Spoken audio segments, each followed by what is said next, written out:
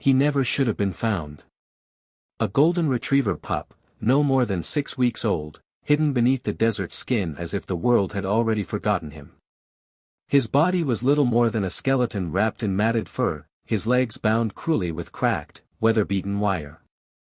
Someone had buried him alive under a thin blanket of sand, the kind that drifts soundlessly across the ground. The fact he was still breathing bordered on the impossible. For U.S. Marines were the only reason he wasn't swallowed forever.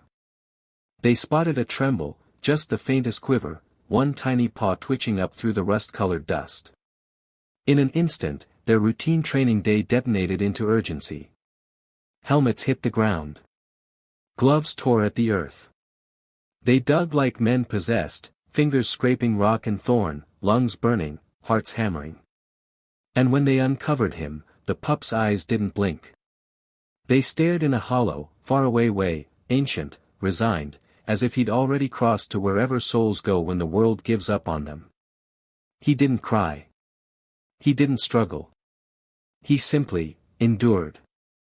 What happened next would challenge ideas about fate, faith, and the mysterious ways grace chooses its messengers. Before we begin, tell us where you're watching from. Leave your city or country in the comments.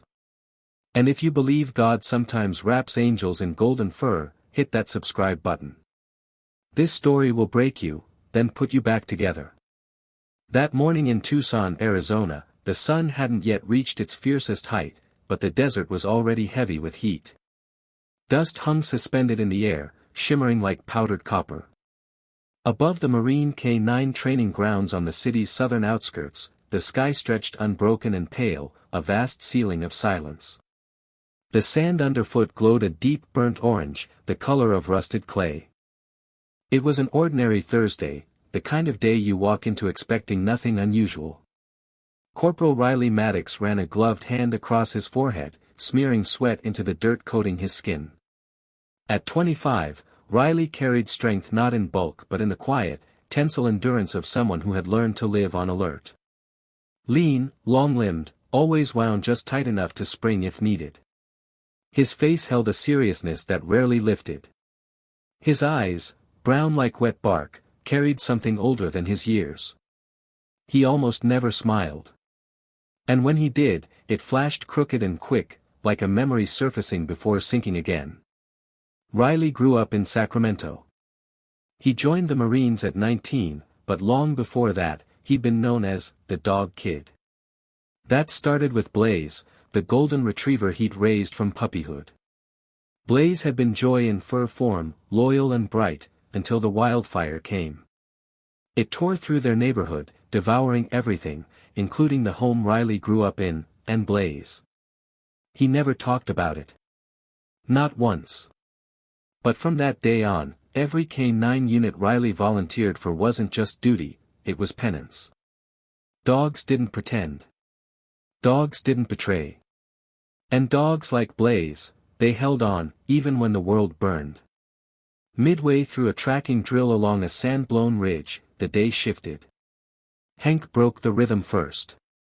Hank, a 4-year-old German shepherd, was as sharp as any soldier Riley had met. Black and tan coat thick and gleaming, posture always attentive, gaze watchful. He didn't waste movement, didn't misjudge scent, didn't react unless something mattered. So when Hank snapped his head toward the wind and let out a low, guttural growl, Riley froze mid-stride. An instant later, Hank bolted. The leash ripped from Riley's grip like it had been snatched away by the desert itself. The other Marines shouted, but Riley didn't hear a single word. Instinct overrode everything. He sprinted after the shepherd, boots pounding, heart thudding hard enough to bruise his ribs. Hank tore down the slope toward a tangled cluster of brittlebush. The ground dipped there, forming a shallow basin beyond the fencing line where civilians weren't permitted. Hank dove into the scrub as if the earth were pulling him by the collar. He snarled. He dug. Sand sprayed everywhere. Hank! Hey! Riley shouted, but he didn't slow. He crashed through thorns and brush, reaching the shepherd just as the air in the basin shifted. It felt still. Waited. Hank's tail stood rigid. He barked once, sharp, urgent, not alarmed but commanding. Riley dropped to his knees. The ground in front of Hank trembled, sand sliding in uneven ripples. Riley squinted. At first, it looked like a tuft of grass. Then a patch of fur. Then, God, no, it couldn't be. A head. A tiny skull. An ear plastered tight against it. One swollen eye peeked out of the mound, barely open, looking not for help, but in surrender. A puppy. Riley's breath cracked. He lunged forward and clawed at the sand with both hands. Grit tore his skin. Stones scraped his knuckles. He didn't feel any of it. The small body emerged bit by bit from the grave someone had made for it. A golden retriever pup. 8 weeks old at most. Motionless. Blood-streaked. Dust-coated. A frayed green rope wrapped tight around one hind leg, half buried beneath him, as though whoever tied him there wanted him to stay hidden forever. "Oh, God," Riley whispered. The pup didn't twitch. Hank stopped digging and lay beside the body, panting heavily but alert, watching Riley like he was saying, "Don't fail him." Riley stripped off his outer uniform shirt and wrapped the tiny dog in it, lifting the weightless bundle to his chest. The pup's ribs were sharp as twigs. His paws hung limp. His breathing was a thin, fragile thread. They were far from help. No radio. No water. Nothing but determination. Riley started climbing back up the ridge, murmuring to the bundle, "Hold on, buddy. Hold on," over and over like a prayer he refused to let die. By the time he reached the jeep, his arms were shaking.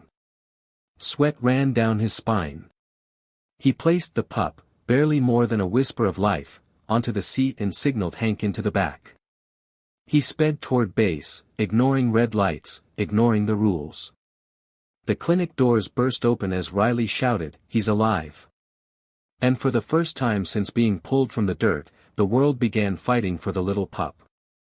The examination room carried the sharp scent of antiseptic and the faint metallic hint of overheated equipment. Fluorescent bulbs buzzed overhead, flickering just enough to make the walls feel colder. Corporal Riley Maddox stood at the doorway, motionless, dust still clinging to his uniform and drying blood tracing lines across his knuckles. Moments earlier, the pup had been lifted from his arms, no longer wrapped in Riley's sweat-soaked shirt, but now resting beneath bright surgical lights. On the metal treatment table, surrounded by white-gloved hands, the tiny golden body looked impossibly small, even more fragile than when he'd pulled him from the earth. Hank had stationed himself outside the door like a sentinel carved from stone. The shepherd lay with his head high, muscles coiled beneath his fur, ready to spring at the slightest sign of distress. His eyes never moved from the doorway. Anyone passing understood instinctively, this dog was guarding something sacred. But inside the room, another presence entered quietly. Sable, a black German shepherd with streaks of gray along her back, moved in with the calm authority of a seasoned rescuer. Stockier than Hank, her posture held a weight that came only from years of service and scars that testified to it. She'd been Riley's partner during assault simulations and drills, and though she wasn't his assigned dog, a silent trust existed between them. Without a sound, she sat beside Riley. Her shoulder brushed his boot, a steadying anchor he didn't know he needed. Lieutenant Adrian Wu, the clinic's lead veterinarian, pressed a stethoscope against the pup's chest. She worked with swift, careful movements, nothing wasted. Her voice was clipped but steady. "Vitals are faint. Unstable, but present." Her hair, pulled into a neat knot, didn't move even as she adjusted her glasses. She had the look of someone who'd spent too many nights awake but refused to show fatigue. "Start fluids," she instructed. "Low flow. We need to counter dehydration carefully. And scissors, cut that rope clean." A young tech, Private J. Torres, stepped forward. He was 19, newly assigned, and his hands trembled slightly as he lifted the pup's hind leg. Still, he was gentle, careful, his face drawn tight with worry. He'd grown up with rescue dogs, this pain wasn't new to him. Riley hovered near the table, chest knotted, unsure whether to speak or simply breathe. "What's the damage?" he asked quietly. Adrian didn't look up. "Severe malnutrition. Weeks without proper food. Abrasions from trying to move in confined space. Rope bruising. Swelling around the eye. Possible nerve injury. Potential blunt force trauma." She finally lifted her gaze. "But he's alive." "Barely." The words crashed into Riley like a blow. Just alive was enough, but only barely felt like a curse. He stared at the puppy's body, the pale honey-colored fur dulled by dirt, the tiny ribs too visible, the single open eye still watching the world with a numb, almost ancient calm. The puppy's chest rose and fell shallowly, each breath a fragile battle. Adrian motioned toward him. "You found him?" "Hank did," Riley said, glancing toward the doorway. She gave a small nod. "He must have been buried for hours. Maybe longer. Any more time and," she paused, her voice lowering. "You wouldn't have brought a living pup through that door." Sable let out a low rumble, something between a growl and a warning. Riley rested a hand on her head. She settled instantly. Torres finally cut through the rope. It fell into the metal tray with a dull clatter. "Bruising runs all the way up," Torres reported. "Whoever tied this, they meant for him not to move." Riley's jaw tightened. His fists curled. Adrian continued working, her tone more gentle now. "We'll keep him warm, start 4 fluids, and watch him closely. If he stabilizes in the next 12 hours, we'll introduce soft food. But it's going to be touch and go." "What do you need from me?" Riley asked, voice rough. Adrian raised an eyebrow. "You staying?" "I'm not leaving." She gave a short approving nod. "Then sit. And don't touch anything sterile." Riley sank into a plastic chair. Sable curled beside him, placing her head on his boot like a promise. Outside, sunlight crawled across the floor in long golden streaks. Inside, everything felt suspended, waiting for whatever judgment time might deliver. The pup rested beneath a warming blanket, for lines snaking into his tiny leg. He didn't move, didn't make a sound. But when Riley leaned closer and whispered, "You're here now. Don't stop," the pup's tail flicked once. Barely there. But real. Adrian saw it. "That's something," she murmured softly. Time passed. Evening crept in, painting the windows with muted shadows. The clinic quieted to a hush, broken only by the steady hum of machines and the slow drip of fluids. Riley hadn't shifted from his chair, the exhaustion of the day clinging to him like dust. Then at 19:37 hours, Dr. Elena Voss entered. She carried with her an air of solemn authority, the kind that came only from fighting death long enough to recognize when it hovered near. Her dark skin showed deep crow's feet carved by years of battlefield and clinic alike. A narrow scar along her jaw caught the light as she crouched beside the pup. "Temperature's borderline hypothermic," she murmured. "Respiration shallow. But he's holding." Riley swallowed. "His chances?" Elena met his eyes with frank honesty. 24 hours will tell us everything. I've seen worse recover. And I've seen stronger slip away." He nodded once, throat tight. Sergeant Dana Ruiz stepped in next, broad-shouldered, tattooed, always smelling faintly of coffee and antiseptic. She set down a small cot beside Riley. "Doc says you're staying," she said. "Try to lie down at some point. If you pass out on the floor, we'll just step over you." Riley huffed a tired laugh. Noted. The night deepened. The main lights dimmed to amber. Hank and Sable stayed near the kennel, rotating like protective statues. Riley's voice softened into murmured stories, about Blaze, about Tango, about all the things he'd never said aloud. Hours crawled. At 1:13 a.m., Hank gave a soft bark, quiet, but urgent. Riley jerked awake and leaned in. Dusty's ear twitched. Just a flutter. But a sign. A sign of life refusing to vanish. At 2:48 a.m., Dr. Voss returned with a thermal monitor, scanned Dusty, and nodded. Temperature stabilized. Still low, but no longer crashing. Riley exhaled, shoulders shaking with relief. So. I can keep calling him Dusty, he whispered. Elena tilted her head. Doesn't sound temporary anymore. The first sliver of dawn touched the horizon. And the fight for the little golden life continued. The first faint glow of dawn crept across Tucson, brushing the beige clinic walls with muted gold. Outside, the desert wind was still asleep, the sky painted in soft violet and pale blue.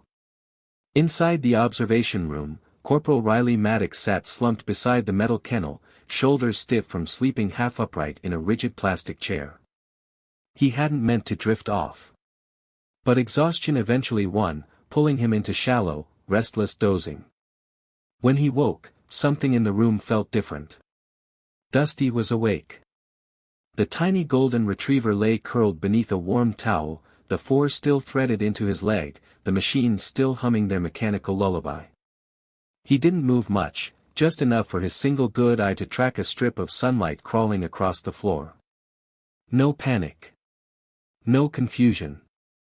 Just quiet awareness, like he was trying to decide whether this world was safer than the last one he remembered. Riley blinked hard, wondering if fatigue had blurred reality. But Dusty blinked, too, slow and steady. You made it, Riley whispered, voice cracking with relief.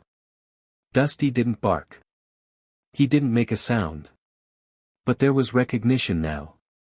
Not of Riley specifically, but of life. Of existence.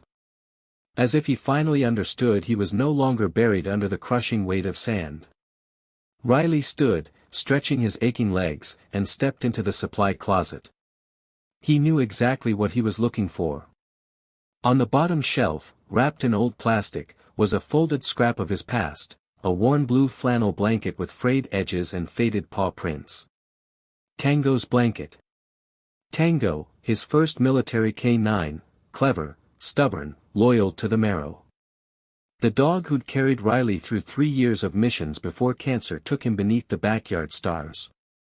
Riley hadn't unwrapped that blanket since the night Tango died. But Dusty.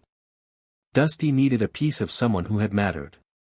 He returned quietly and replaced the harsh clinical towel with the flannel, sliding it beneath Dusty's fragile body.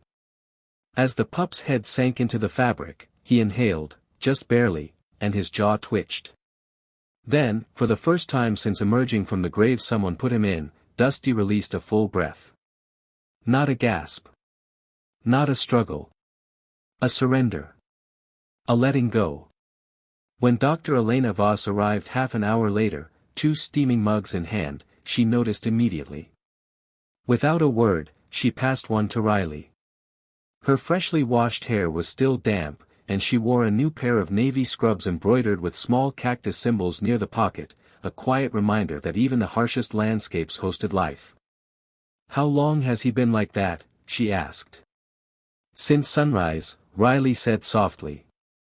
He hasn't moved much, but he's calm. Elena knelt beside the kennel. Her eyes softened as she recognized the blanket. Tango's? Riley nodded. For a moment, neither spoke. Elena adjusted Dusty's foreline and checked his temperature. You know, she said quietly, I've seen dogs stare at walls for days after trauma. Some refuse food. Some refuse touch. Some never really come back. Riley's jaw tensed. But he's here. He's here, she confirmed. And he's seeing the world again. That alone is a good sign. Silence settled again, soft as dust on the floor. The door swung open with a low creak. Staff Sergeant Len Whitaker stepped inside, a tall man with a broad frame and a limp urn during a brutal training accident years ago. He carried the air of someone who intimidated easily, but cracked open gently around dogs. His eyes flicked toward the pup, then to Riley. "Whole base is talking about the little guy you dug out of the desert," he said. "Hank found him," Riley corrected. Len's gaze shifted to the shepherd pacing just outside the door. "Takes a smart handler to know when to follow his dog." He crossed his arms. "We're rotating K9 units for rest week. If you want Hank or Sable to stay close to Dusty during recovery, say the word." "I'd appreciate that," Riley said. "He needs them." Len nodded once. "Done." As soon as the sergeant stepped out, Hank entered the room, walking straight to the kennel. Sable patted in moments later, stretching lazily before sitting with quiet poise beside the other shepherd. Then it happened. Dusty stirred. Not much. Just a small, trembling motion. His thin paw lifted, barely, and reached toward the bars of the kennel. A hesitant gesture. A question. Hank leaned in. The pup's paw brushed the shepherd's muzzle. A fragile touch. A memory resurfaced. Riley's breath caught. "Did you see that?" Elena didn't smile, but her eyes warmed. "He remembers." And remembering, Riley thought, was the first step toward returning. Dusty's world expanded again later that morning. By midday, the Tucson sun blazed above the recovery yard behind the clinic, painting the concrete in harsh light. Dust shimmered in thin spirals. But inside the fenced-off enclosure, the world felt gentler. Dusty stood, shakily, near the center of the yard. His legs trembled from the effort, but he didn't collapse. His ears drooped with concentration. His nose twitched at a dozen unfamiliar scents the breeze brought to him. His fur had lost much of the dirt that once coated it. Golden strands shone faintly beneath the morning sun, though he was still painfully thin. Riley knelt a few feet away, arms resting loosely over his knees. He didn't call to the pup. He simply let him try. Hank lay beside him, calm and observant, tail flicking once in encouragement. On the far end of the yard, Sable lowered her body into a playbow, front legs stretched out, tail waving in slow invitation. She huffed, sprang back 2 steps, then paused again with a spark in her amber eyes. Dusty tilted his head, uncertain. A small flicker stirred at the tip of his tail. 1 step. Another. A shaky third. On the 4th step, his legs gave out, and he toppled gently onto the padded turf. Riley leaned forward, but stopped himself. Dusty lifted his head, blinking sand from his lashes. He pushed up again. This time, he found his footing faster. "That's it," Riley whispered. "Good boy." They'd been building to this moment for days, slow progress, monitored closely, approved only after Dr. Voss confirmed Dusty's temperature and vitals had stabilized enough for controlled outdoor mobility. A behavioral specialist, Camila Rowe, leaned on the fence with a clipboard under one arm. Freckled, red-haired, and dressed in khaki smudged with paw prints, Camila had an uncanny gift for reading animals without saying much at all. "He's still tethered," she murmured, eyes following Dusty. "Not physically. Emotionally. His confidence is borrowed from Hank." "Is that bad?" Riley asked. Camila smiled faintly. "It means he's still healing." Dusty tried again to walk toward Sable. This time, he made it halfway before his legs wobbled and he folded to the ground. No cry. No search for sympathy. Just exhaustion. Hank rose, walked to him, and lay down against his small side. Dusty sighed and pressed his head against Hank's foreleg, curling into the space like it was built for him. Camila glanced sideways. "When you found him, did you know you wanted to keep him?" Riley hesitated. "No. I just knew I couldn't leave him there." She nodded. "Rescue is one thing. Belonging is another." Riley stared at the pup. "I had dogs before. Tango. Blaze. I wasn't sure I could do it again, the ending part. Camila didn't offer advice.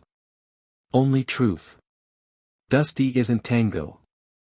No, Riley murmured. But he needs me in a way Tango didn't. And maybe I need him in a way I didn't know. Dusty shifted then, slowly, deliberately, and stood. This time, he didn't look at Hank. He didn't look at Sable. He looked at Riley. Step by unsteady step, he crossed the small distance and pressed his tiny nose to Riley's boot before collapsing into a sit, chest heaving. Riley lowered himself and let the pup climb into his lap. Dusty sighed, a soft, content sound, and closed his eyes. And for the first time, he wasn't sleeping to escape. He was resting because he felt safe. The sky over Tucson fractured open without warning, spilling a sudden downpour across the desert base. Storms like this didn't belong to this season, certainly not with this strength. Sheets of rain hammered rooftops and rattled metal siding, and the wind tore through alleyways like a creature searching for whatever it lost in the night. Inside Riley Maddox's barracks, a single-room concrete unit tucked beside the K-9 housing, Dusty lay curled on an old army blanket near the sliding door. The pup had grown stronger in the days since he'd first set paw in the sunlight. His legs were beginning to show the hint of muscle. His fur had brightened into a soft golden sheen, though thin patches still marked the scars of rope and burial. He wagged his tail now. He barked sometimes. He played with Sable and stole Hank's favorite toy when he felt bold enough. But tonight, something shifted. It began before the thunder, before the wind slammed the first gust against the door. A twitch in his ears. A small tremor in his hind legs. Dusty lifted his head. He sniffed the air, stiffened, and went utterly still. Riley sat cross-legged on the floor a few feet away, a battered paperback open in his lap. He looked up immediately. "You okay, buddy?" Dusty didn't look at him. His eyes were locked on the glass door, where the first drops of rain tapped lightly, then harder, like fingers drumming faster and faster. Lightning flashed, bright, white, abrupt. Dusty shot to his feet. He backed away from the door, tail tucked so tightly it nearly disappeared beneath him. A low, trembling whine leaked from his throat. Then another. Then a sharp panicked gasp. "Dusty," Riley said gently, standing slowly. "It's okay. It's just rain. You're inside. You're safe." But the words didn't reach the pup. The storm had dragged something out of him, something he hadn't escaped yet. The smell of wet earth. The choking pressure. The thunder that vibrated the ground like something collapsing overhead. Dusty wasn't in the barracks anymore. He was back under the sand. He began pacing tight circles, claws tapping frantic patterns across the linoleum. His breathing quickened, fast and shallow. His eyes, wide, glassy, unfocused, darted at every rumble of thunder. Riley knew that look. He'd seen it in soldiers fresh off patrols. He'd seen it in working dogs who flinched from the shadow of a falling object. This was a flashback. Riley didn't reach for him, not yet. Instead, he lowered himself to the floor slowly, palms open on his thighs, voice low and steady. "You're not underground," he murmured. "You're not buried anymore. You're here, in the light." Rain hammered the roof, louder, sharper, almost violent. Dusty froze, then darted toward Riley as if driven by instinct rather than sight. He wedged himself into the narrow space between Riley's leg and the wall, shaking so hard Riley could feel it reverberate through his bones. Riley leaned in slightly, not trapping him, just shaping a protective curve around him. "It's okay," he whispered. "You don't have to go back there. Stay with me. Stay here." Then the door creaked. Not from the wind, but deliberately. Hank stepped inside. The shepherd shook off droplets, his dark coat speckled with rain. His eyes swept the room in a soldier's assessment. The moment he found Dusty trembling against Riley's leg, his posture shifted, ears forward, tail low, steps slow and controlled. He approached the pup with a veteran's understanding. No licking. No nudging. No fuss.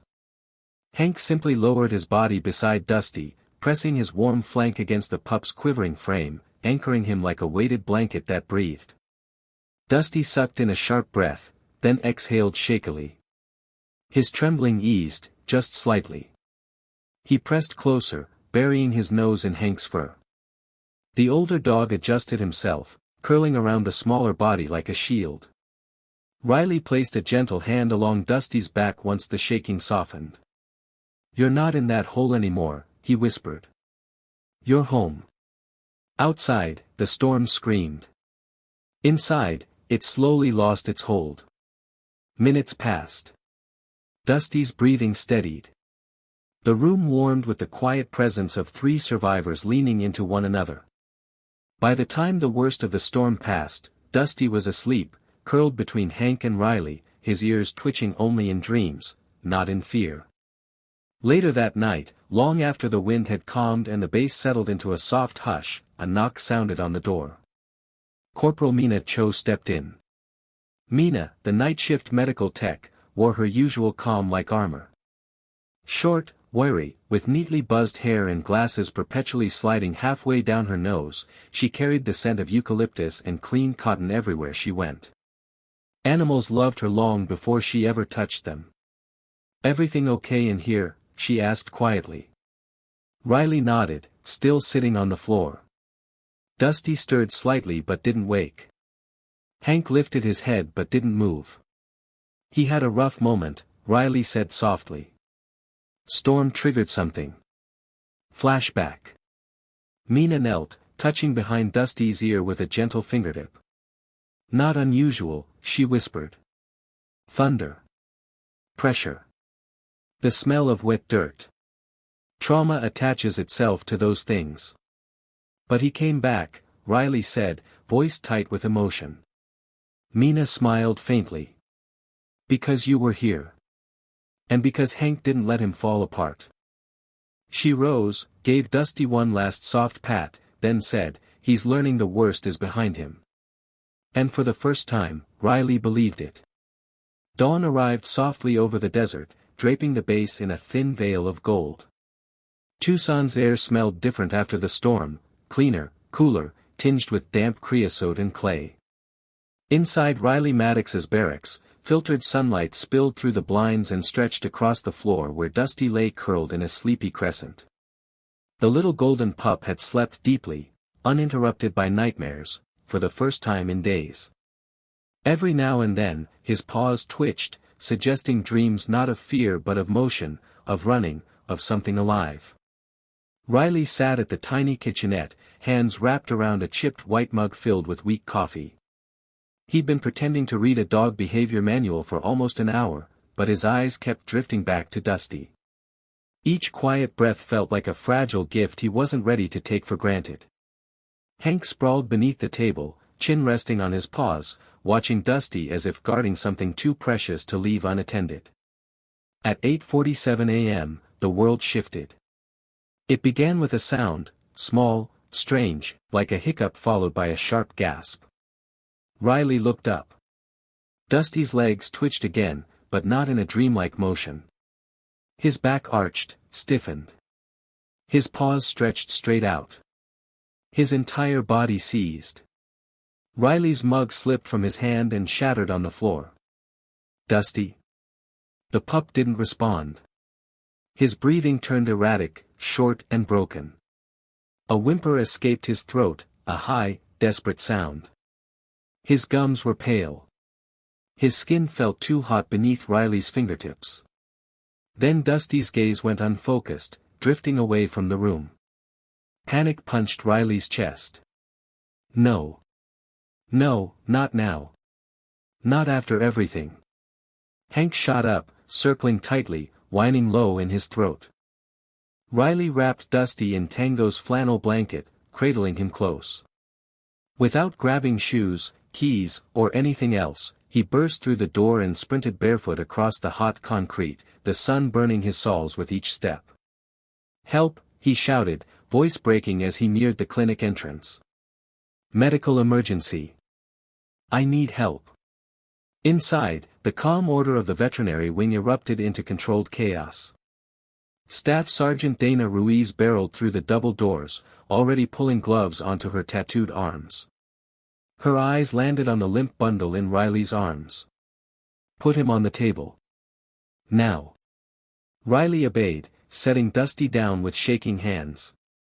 His chest heaved, not from the sprint, but from fear so sharp it hollowed him out. Dr. Elena Voss swept in not 5 seconds later, snapping commands with the precision of someone trained in battlefield triage. Vitals. Temperature. Oxygen saturation. Check circulation. Bring the crash cart. Private Jamil Torres appeared with a portable monitor, breathless, glasses fogged, but hands steady as he attached electrodes to Dusty's tiny chest. Elena's eyes flicked between Riley and the monitor. "This is a secondary infection," she said, voice clipped. "The rope burns mask deeper tissue damage. It's flaring." Riley's voice cracked. "Can he make it?" Elena didn't answer immediately. Her hands worked quickly. The room hummed with urgency. "Finally," she said, "we're not losing him. Not today." The next hour passed like a fever dream, machines beeping, techs moving with frantic precision, murmured commands slicing through the air.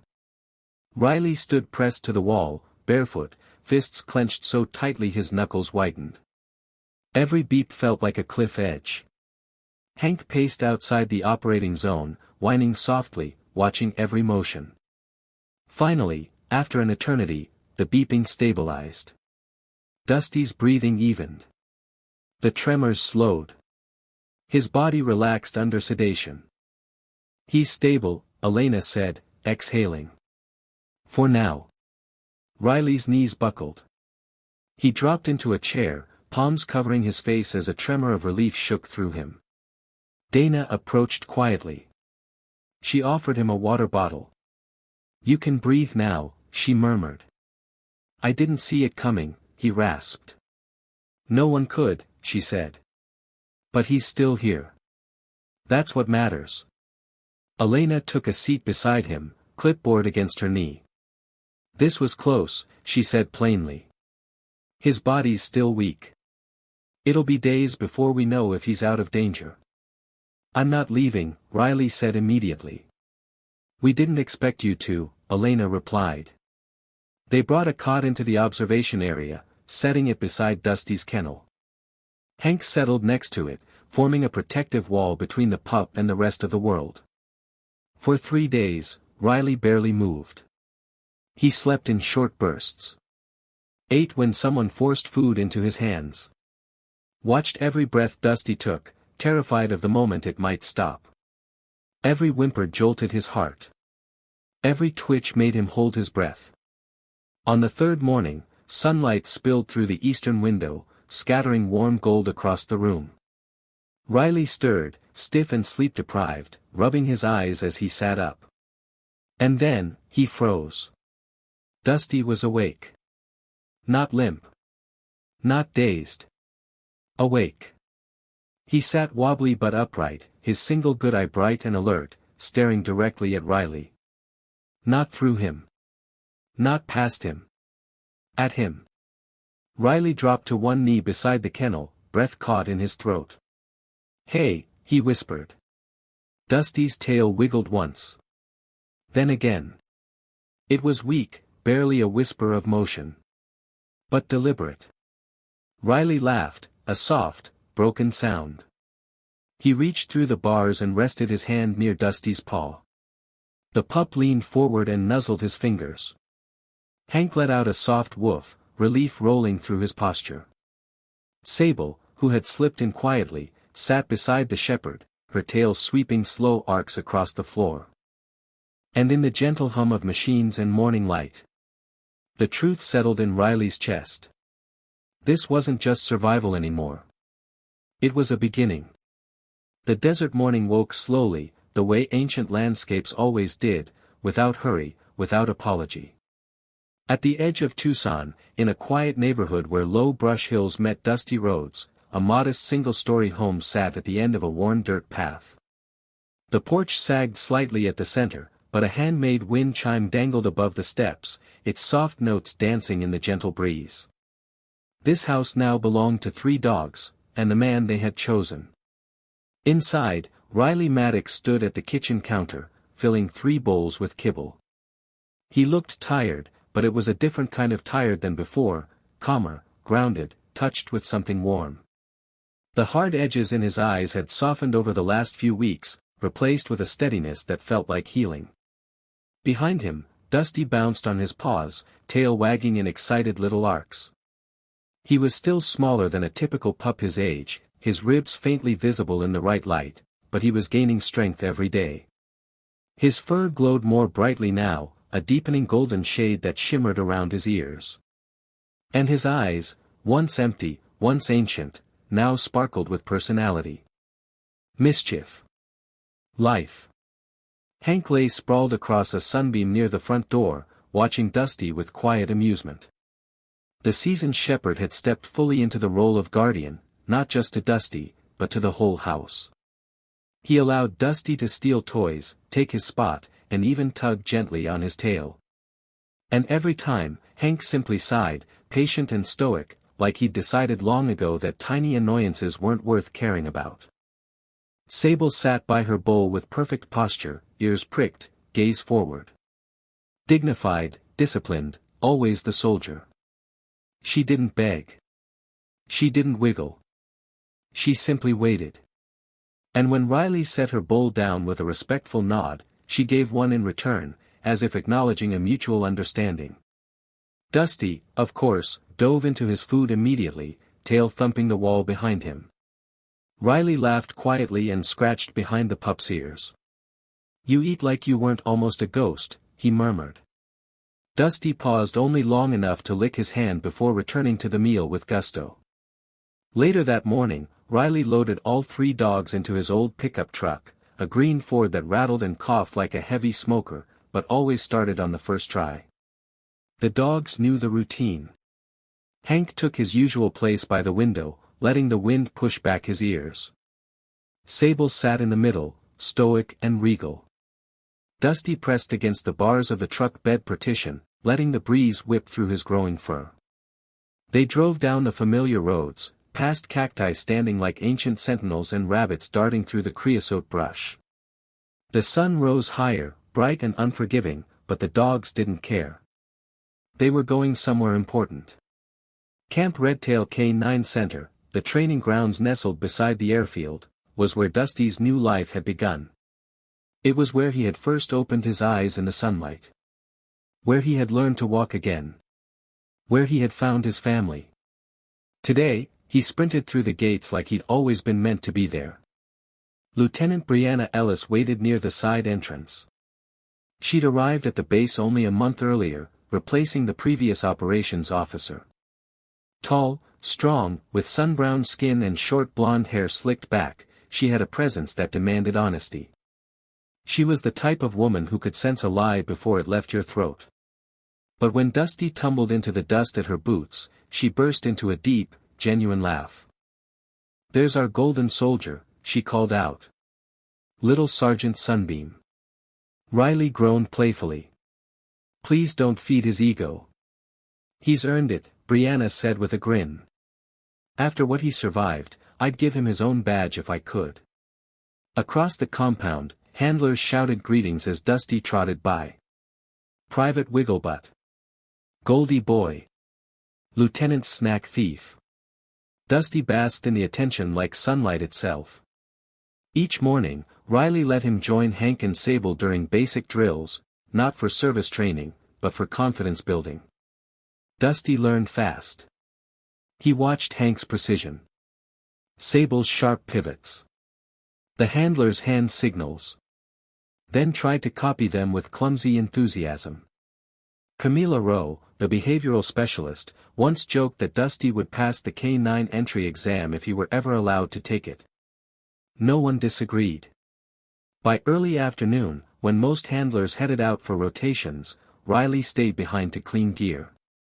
Dusty wandered the yard, sniffing everything, tail flicking in playful curiosity.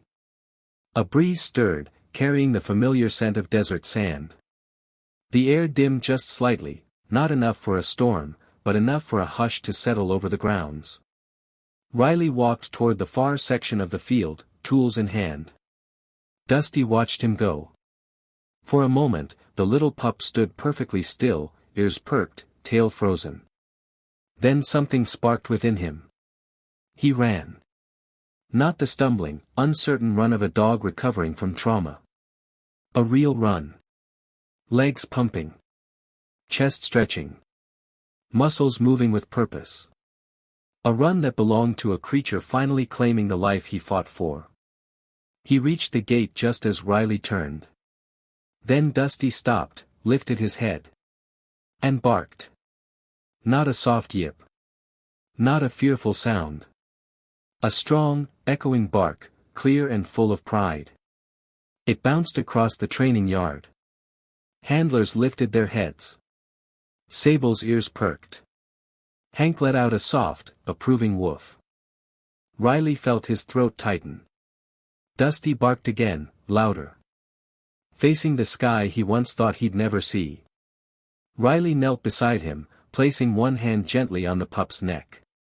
"You did it," he whispered. "You came all the way back." Dusty leaned into him, tail sweeping slow, joyful arcs into the dust. Around them, life continued, planes roaring overhead, boots crunching gravel, radios crackling with commands. But inside that small circle of dirt and sunlight, something whole settled quietly into place. A man and two loyal shepherds. And a little golden miracle who refused to stay buried. Some stories don't begin with glory. They begin in silence, in darkness, in places where life isn't meant to bloom. Dusty's story had started under the desert sand, hidden, discarded, forgotten by the world before he even had a chance to exist. Everything about him should have ended there, swallowed by heat and dirt and cruelty. But it didn't. Because something greater moved through that moment in the desert. Maybe it was instinct. Maybe it was fate. Maybe it was the whisper of God working in ways no one expects. Sometimes, miracles arrive in small forms, soft fur, trembling paws, a heartbeat almost too weak to find.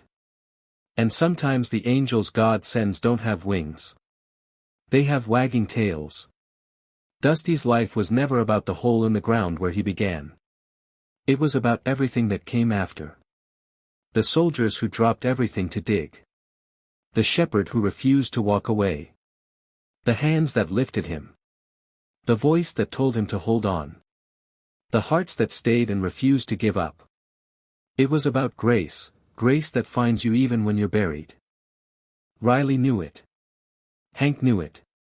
Everyone who crossed paths with Dusty felt it. In the final quiet of that evening, after training had ended and the base grew calm, Riley sat on the tailgate of his old pickup while Dusty bounced in the dirt before him, tail wagging like a small golden metronome. Sable and Hank rested nearby, guardians at ease but alert, watching the world with knowing eyes. Dusty chased a tumbleweed drifting lazily across the ground, his little legs carrying him with unsteady but unstoppable joy. The sun dipped low behind the hills, coloring the sky in shades of gold and rose, mirroring the hue of Dusty's fur as it caught the light. Riley felt something inside him settle. Something that had been cracked for years. Something he hadn't known how to fix. Dusty ran back to him, skidding slightly in the dirt before pressing himself against Riley's boots, as if he belonged there, as if he'd always belonged there. Riley lifted him gently. "You're a miracle, you know that," he whispered. Dusty's ears twitched. His small nose nudged Riley's chin. His tail wagged softly, as if answering. "No. You saved me. And I saved you right back. Some lives are lost. Some are thrown away. Some are buried by the world. But some, just a few, are chosen. The wounded. The abandoned. The ones who shouldn't have survived. Dusty was one of them. God doesn't always speak in thunder. Sometimes he speaks in whispers. In the soft breath of a puppy who refused to die. In the eyes of a shepherd who wouldn't leave. In the hands of a Marine who knew what it meant to lose and to love again. Grace doesn't shout. Grace stays. Grace lifts. Grace breathes life into the forgotten. And sometimes, grace has golden fur and a bark that echoes hope into the quiet places of the heart. If Dusty's journey touched something in you, share this story with someone who needs to feel that hope again. Comment below, tell us what part spoke to you, or simply write, Amen, if you believe in second chances. And don't forget to subscribe for more stories of courage, faith, and the unbreakable bond between people and the animals God places gently in our path. May the Lord bless you, guide you, and protect every heart reading these words. The next few weeks unfolded like the slow turning of pages in a book no one wanted to end. Dusty's life began to stretch into routines, small ones at first, then larger, brighter, steadier. Every day, he grew a little stronger. Every sunrise added something new to him, a louder bark, a braver step, a more confident tilt of his ears. But healing isn't just measured in progress. It's measured in moments. And Dusty's moments were beginning to stack like stones in a monument to survival. One warm Friday afternoon, Riley drove the dogs out to the far edge of the desert, where the land opened into long empty stretches of pale sand and dry riverbeds. The air shimmered with heat, but the sky was a vast, perfect blue, no storms, no threats, no shadows. This was the place Riley always came when the world felt too heavy. It was also the place where Dusty's life had changed forever. Not the exact spot, Riley hadn't been back there. Couldn't bring himself to. But the desert carried memories in its silence, and sometimes facing the quiet helped more than facing the past. Hank hopped out of the truck first, as always, ears erect and tail sweeping confidently. Sable followed, stretching her legs with disciplined grace. Dusty stayed behind for a moment, staring out from the open truck door, nose twitching at the familiar scent of the desert sand. Riley crouched down beside him. "You ready, little guy?" he asked softly. Dusty hesitated, just for a breath. Then he hopped down, landing clumsily but determinedly on the hot ground. The desert held no fear for him anymore. The darkness that once lived under the sand had lost its hold. He sniffed the air, blinked up at the sun, and trotted after Hank and Sable with a confident wiggle in his step. Riley followed, letting the dogs roam ahead as he walked toward a gentle rise in the terrain. He took a seat on a small boulder worn smooth by wind and time. From here, he could see the entire stretch of open land, the long, winding paths of dust, the scattered cacti, the distant outlines of the mountain ridges. Dusty bounced up the hill a moment later, panting happily, and plopped himself directly onto Riley's lap without asking permission. Riley let out a soft laugh and rubbed the pup's ears. "You really think you're a lap dog, don't you?" he murmured. Dusty licked his chin as if to say yes. Hank wandered up next, sitting at Riley's right. Sable settled to his left, her gaze sweeping the horizon. Riley looked out at the vast desert. "I used to come here with Tango and Blaze," he whispered. "Before deployments. After hard days. When my head got too noisy." Hank leaned into him gently. Sable shifted closer. "It feels different now," Riley said. "Better. Maybe because you three are here. Maybe because I'm finally allowing myself to breathe again." Dusty rested his head on Riley's knee, eyes half closed, content and trusting. For a long while, they all stayed like that, quiet, still, suspended in a moment that felt bigger than all the ones that had come before. Eventually, Riley stood and walked a short distance to the center of the flat open ground. He stopped, dust brushing the tops of his boots, and turned toward the dogs. "All right," he said, voice warm. "Let's see how fast you've gotten." Hank perked up instantly. Sable assumed her ready stance. Dusty looked between them, confused, until Riley crouched slightly and slapped his palms against his thighs. "Come on," he called.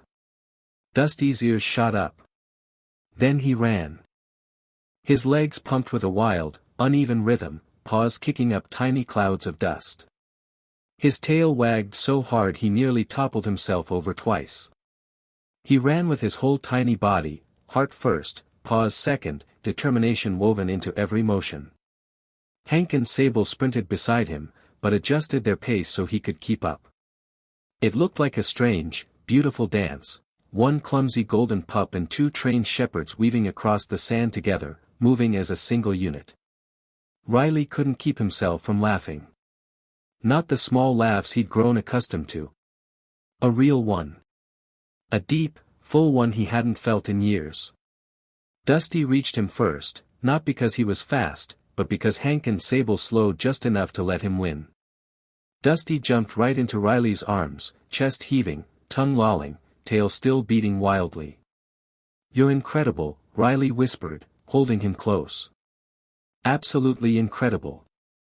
Dusty pressed his face into Riley's shirt and let out a soft, sigh-like grunt.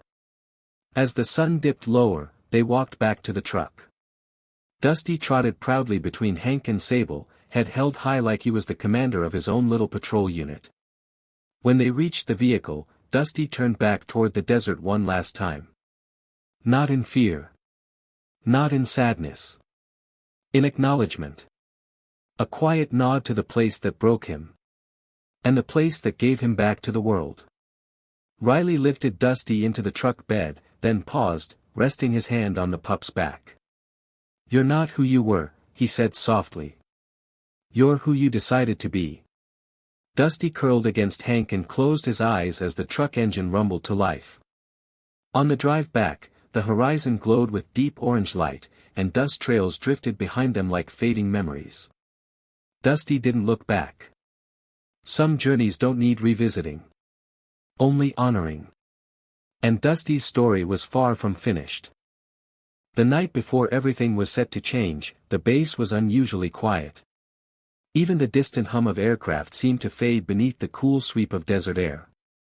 Stars glimmered like scattered shards of glass across the dark sky, bright and sharp above the open land.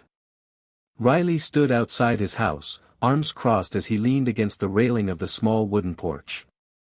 Behind him, the faint glow of a single lamp spilled through the window.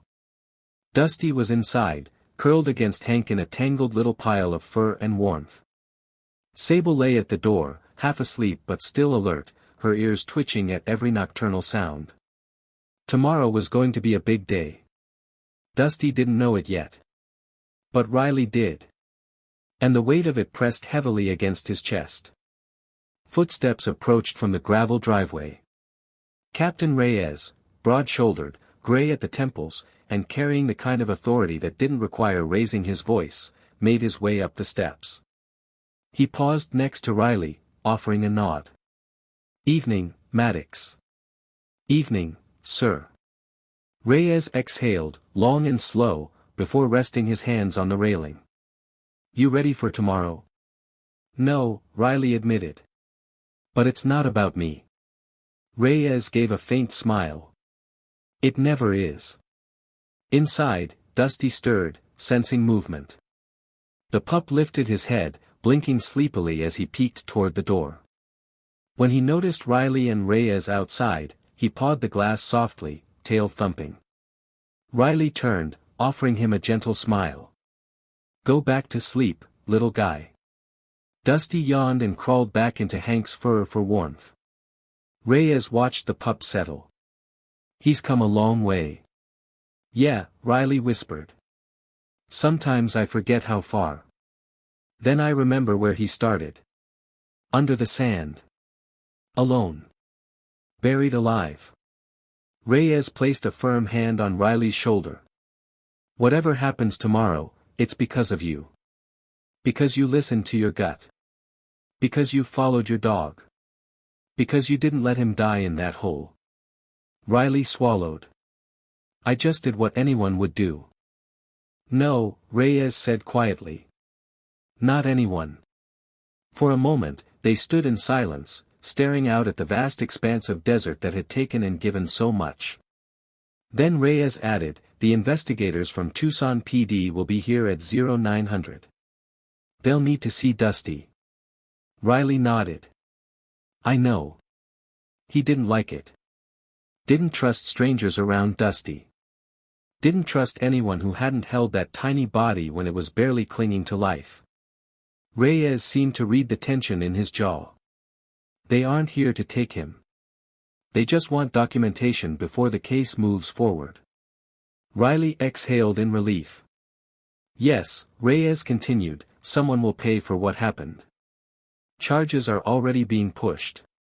But we need Dusty's condition recorded." "Whatever it takes," Riley said.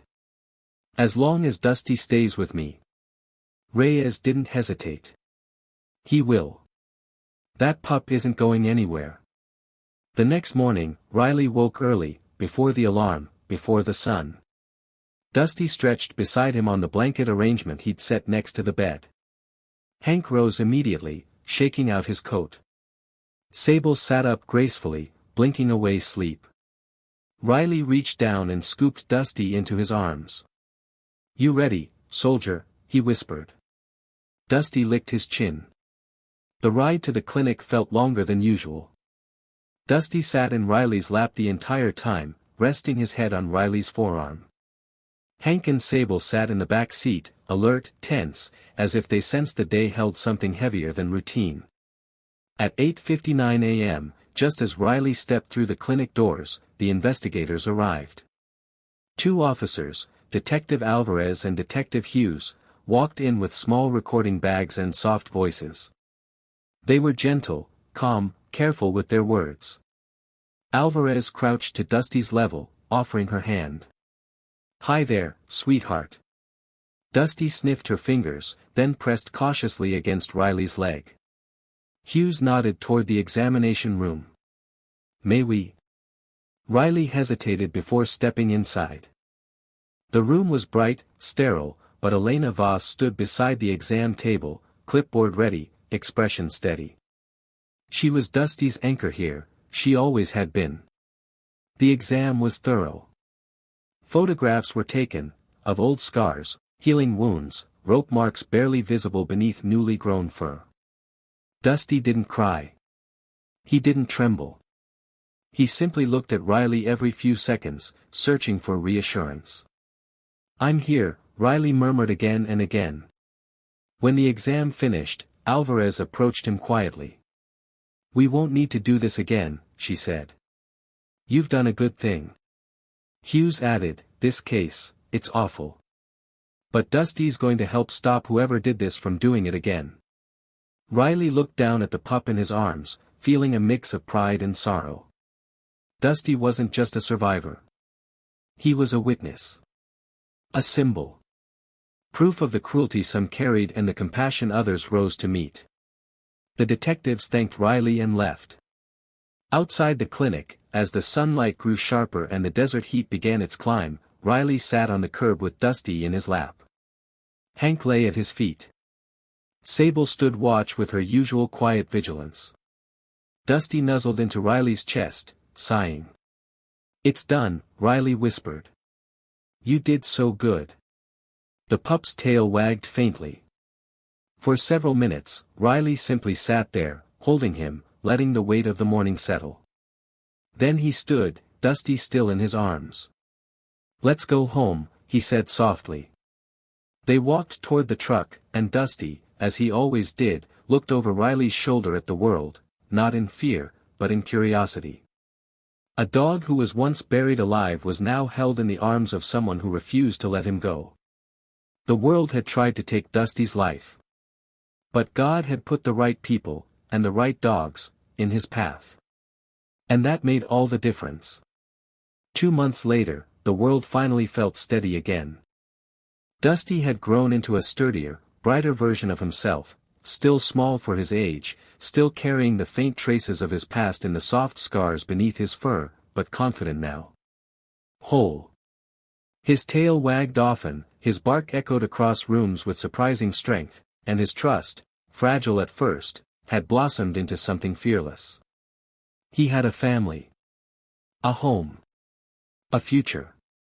And every sunrise seemed to bring him a new piece of the life he almost never had. The morning started quietly at Riley Maddox's home. Sunlight filtered through the blinds, scattering warm bars of gold across the floor.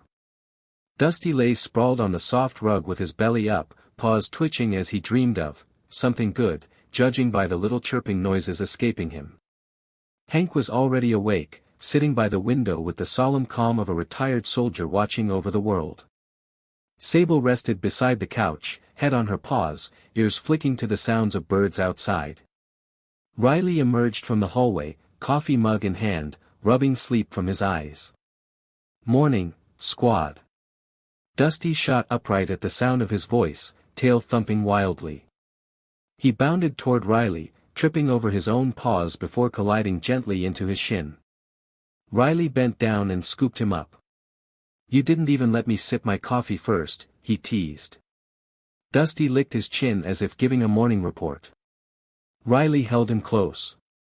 "You're impossible," he whispered affectionately. "But you're mine." A knock sounded at the door. Hank stood instantly. Sable followed, alert but calm. Riley set Dusty on the floor and opened the door.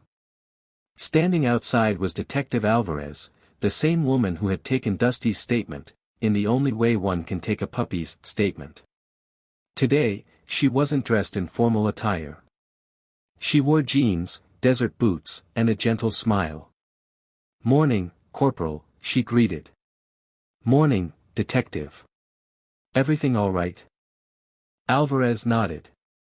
"More than all right. We closed the case." Riley felt Dusty press against his ankle. "Closed?" "Yes." Alvarez stepped inside, lowering herself into a crouch to greet Dusty properly. "The person responsible for what happened to him, they're in custody. And they won't be hurting any animals ever again." Dusty sniffed her fingers, then wagged his tail.